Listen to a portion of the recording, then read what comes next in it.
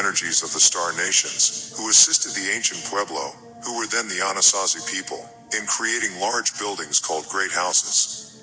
This was a civilization centered around the sustenance of family, community, sacred ritual, and forward leaps in consciousness, aided by the teachings and presence of star beings. The buildings and roads were created to parallel and to flow with the power of star and planetary alignments. Full awareness of their meanings was offered by the star beings who assisted these ones. And so, what can Chacon culture and other star-influenced sacred sites, created long ago, offer you now, in the present day? Are the star beings who guided the ancient Pueblo, the Anasazi, still present in that area today? You might be wondering. And at this time, a similar connection of star beings and humanity is again occurring, though not always so openly. Your star brothers and sisters are still present in that part of the world, as they are present nearly everywhere on the earth.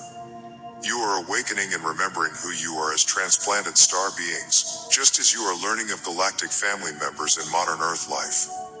Your star families also evolve. They too are on a path to ascend further.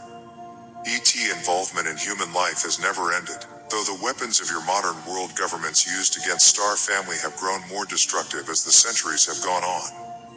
This is a complex situation. The old power crowd also has its star connections, and has engaged advanced technology and galactic warfare at different times in Earth history. Yet the timeline you are on now is increasingly melding with that of the fifth dimensional timeline. And this, as they say, changes everything. So that even though you still see the appearance of the old 3D world around you, the energetics of your world are now rising to where the old forms, the old 3D shadow and density, are quickly fading. The old constructs, which held you in the dark or in a false sphere of your galactic families, are now quickly dissolving.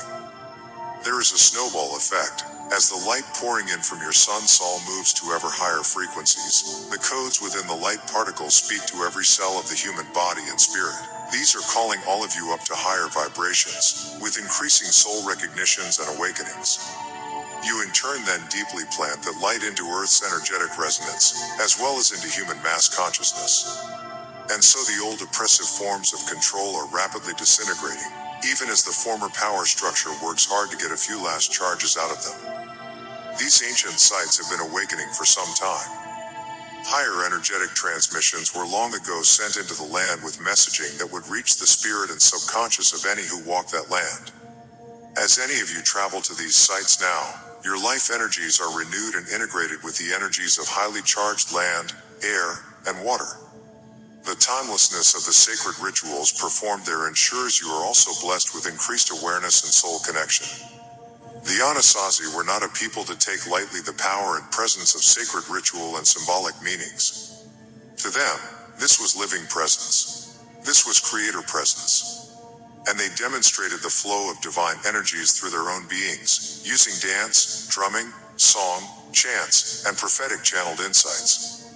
As you walk these sacred sites now, you subconsciously absorb the events that occurred there, and you may feel changed by the surrounding energies, speaking to you through the earth beneath your feet. You have visited many sacred sites without realizing it, places long ago paved over, ignored, or replaced with modern buildings and uses. Still the energies remain. Treat all of your earth as sacred, dear ones, and you will not miss the power and resonance of the land, air, fire, and water. Many similar shifts also occur often in your dream state. The dream world has always been a powerful portal for shamanic awakenings, as if a volcano had erupted within the depths of spirit night travel, outside the bounds of time and space.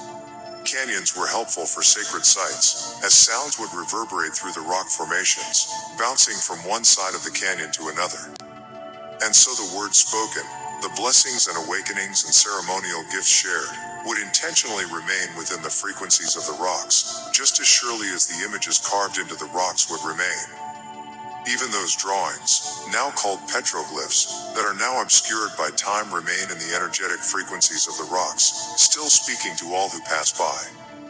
And so the visitor is gifted with the messages and insights of a highly conscious and aware people, as if they spoke in a soul language you're able to comprehend, though you may not consciously know what you have just absorbed.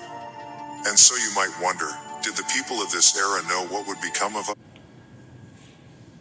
Are you struggling to become a successful